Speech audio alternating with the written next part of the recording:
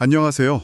오늘은 여러분이 공유해주신 자료들 덕분에 이 탈중앙화 금융, DeFi 옵션의 세계를 좀 더 깊이 파고들 수 있게 됐습니다. 특히 그 오핀이라는 플랫폼, 여기에 좀 집중해 보려고 해요. 오핀이 정확히 뭐고 또 어떻게 돌아가는지, 그리고 그 안에서 누가 이익을 보고 또 누가 위험을 안게 되는지 그 구조를 오늘 명확하게 이해하는 게 목표입니다. 최신 개발 상황이나 규제 이야기도 살짝 곁들여 보고요. 자, 그럼 바로 시작해 볼까요? 우선 오핀, 이건 이더리움 위에서 돌아가는 탈중앙화 옵션 거래 플랫폼인 거죠? 네, 맞습니다. 중앙기관 없이 그냥 블록체인 위에서 미래 특정 가격의 자산을 사거나 팔 권리, 그러니까 옵션을 직접 만들고 거래하게 해주는 그런 플랫폼이에요. 아하, 핵심은 이 옵션을 오토큰이라고 부르는 ERC20 토큰 형태로 만든다는 점이에요. ERC20 토큰이요? 네. 그러니까 이게 좋은 게 다른 일반 토큰들처럼 자유롭게 전송하고 유니스왑 같은 탈중앙화 거래소 있잖아요. 거기서 거래도 할 수 있고 다른 디파이 서비스랑 막 섞어서 쓸 수도 있어요. 호환성이 아주 좋죠. 확실히 ERC20이니까 디파이 생태계 안에서는 정말 편하겠네요. 근데 그냥 일반 토큰 발행하는 거랑 비교하면 이게 옵션이잖아요. 금융상품이니까 좀 그 오토큰 만드는 과정이 더 복잡하지 않을까 싶은데요. 구체적으로 어떻게 되나요? 네. 좋은 지적이세요. 그냥 뚝딱 찍어내는 거랑은 다르죠. 옵션 발행자가 되려면요. 먼저 그 옵션에 해당하는 담보가 필요해요. 예를 들면 WETH나 USDC 같은 거요. 이걸 스마트 계약에 맡겨야 합니다. 이걸 이제 컬렉터라이즈 한다고 하죠. 담보를 먼저? 하는 겁니다. 예를 들어서 한번 설명해 주실 수 있을까요? 네, 가령 30일 뒤에 이더리움을 2,000달러에 살 권리, 이런 콜옵션을 만든다고 쳐보죠. 발행자는 담보를 넣고 이 오토큰을 만들어서 시장에 팔아요. 그럼 바로 프리미엄 수익을 얻는 거죠. 그렇군요. 담보를 기반으로 해서 특정 조건을 가진 권리를 토큰으로 만드는 거네요. 그럼 구매자 입장에서 보면 만약에 만기 때 이더리움 가격이 2,000달러보다 높으면 이 오토큰 써서 싸게 살 수 있으니까 이득인 거고요. 맞습니다. 구매자는 그 행사 가격이랑 시장 가격 차이만큼 이익을 보는 거죠. 물론 처음에 낸 프리미엄은 빼고요. 근데 중요한 건 구매자는 손실이 나봤자 처음에 산 프리미엄 가격, 그걸로 딱 제한된다는 거예요. 손실은 제한적이다. 네. 반면에 발행자는 좀 달라요.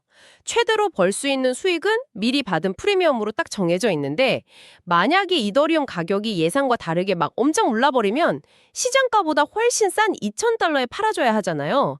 그러니까 이론적으로는 손실이 무한대로 커질 수도 있는 거죠.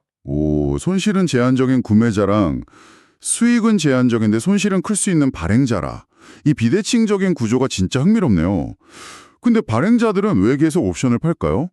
그 무한 손실 가능성이 좀 무서울 것 같은데? 그게 사실 통계적으로 보면요. 실제로 행사되지 않고 그냥 만기가 돼서 사라지는 옵션이 꽤 많아요.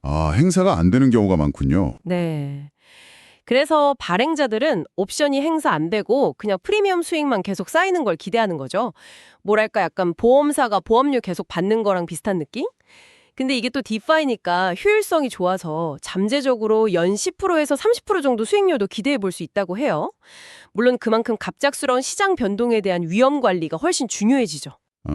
그래서 커버드 콜, 그러니까 기초 자산을 가지고 있으면서 해당 자산 콜옵션을 파는 그런 상대적으로 좀 안전한 전략이나 아니면 복잡한 위험 관리를 자동으로 해주는 볼트 같은 상품들이 나오는 거군요. 오핀에도 볼트가 있고 라이라나 도펙스 같은 플랫폼들도 그런 거 하는 거고요. 네, 맞아요. 그런 자동화된 전략 볼트들이 발행자의 위험 관리를 좀 도와주고 일반 투자자들도 좀 더 쉽게 이런 옵션 프리미엄 수익 전략에 참여할 수 있게 해주는 거죠. 현재 오피는 새로운 기능들을 테스트넷에서 열심히 시험 중이에요. 핵심 기능을 개발하는 데 집중하고 있는 단계고요. 아직 공식적으로 큰 업데이트 발표는 없었는데 조만간 메인넷 업데이트가 있지 않을까 기대하고 있습니다. 예전에 CFTC 조사 이야기도 있었던 것 같은데 규제 쪽은 좀 어떤가요? 네. 과거에 미국 상품선물거래위원회 CFTC 조사를 받은 이력이 있죠. 그래서 아마 규제 환경 변화에는 꽤 민감하게 대응할 걸로 보여요. 다른 디파이 옵션 플랫폼들 라이나나 도펙스 같은 곳이랑 비교했을 때 오핀만의 좀 차별점 같은 게 있을까요? 오피는 사용자가 옵션의 만기나 행사 가격을 좀 더 자유롭게 설정할 수 있다는 유연성이 큰 장점이에요. 다른 플랫폼들은 보통 정해진 풀 위주로 돌아가는데 오피는 좀 더 세밀하게 맞춤 전략을 짤 수 있는 거죠. 아, 커스터마이징이 더 자유롭군요. 스테이블 코인 관련 법안이 통과된다면 이것도 오핀에게는 꽤 중요한 변화일 겁니다. 규제를 잘 지키는 USDC 같은 스테이블 코인을 담보로 쓰면 안정성은 높아지겠지만 동시에 규제 따라야 하는 부담도 커지겠죠. 그래서 오핀이 어떤 스테이블 코인을 중심으로 생태계를 만들어갈지 그 전략적 판단이 중요해질 거예요. 자, 그럼 정리를 한번 해보죠. 오피는 사용자가 직접 옵션을 ERC 20 토큰 형태로 만들고 거래할 수 있는 뭐랄까 디파이 세계의 옵션 공장 같은 것이네요. 구매자에게는 위험을 관리하면서 수익을 노릴 기회를 주고 발행자에게는 프리미엄 수익 전략을 제공하고요. 네, 맞습니다. 특히 그 구매자와 발행자 간의 비대칭적인 위험 구조. 구매자는 손실이 제한되지만 발행자는 잠재적으로 손실이 커질 수 있다는 점. 이걸 명확히 아는 게 중요해요. 그래서 아까 말씀드린 자동화된 벌트 같은 위험 관리 솔루션이 점점 더 중요해지는 거고요. 현재 오피는 테스트넷을 통해서 다음 단계로 나아가려고 준비 중이고 또 외부 규제 환경 변화에도 계속해서 주목해야 하는 상황입니다. 오늘 오피를 통해서 디파이 옵션이 어떻게 돌아가는지, 또 그 매력은 뭔지, 그리고 어떤 위헌이 있는지도 좀 구체적으로 살펴봤습니다. 여기서 한 걸음 더 나아가서 이런 질문을 던져볼 수 있을 것 같아요. 옵션 발행자의 위험 부담은 좀 줄이면서 더 많은 사용자들이 더 쉽고 안전하게 프리미엄 수익 전략의 혜택을 누리려면 앞으로 이 디파이 생태계에서는 어떤 더 혁신적인 자동화 전략이나 상품 구조가 나오게 될까요? 이 질문을 한번 고민해 보시면서 오늘 논의는 여기서 마무리하겠습니다.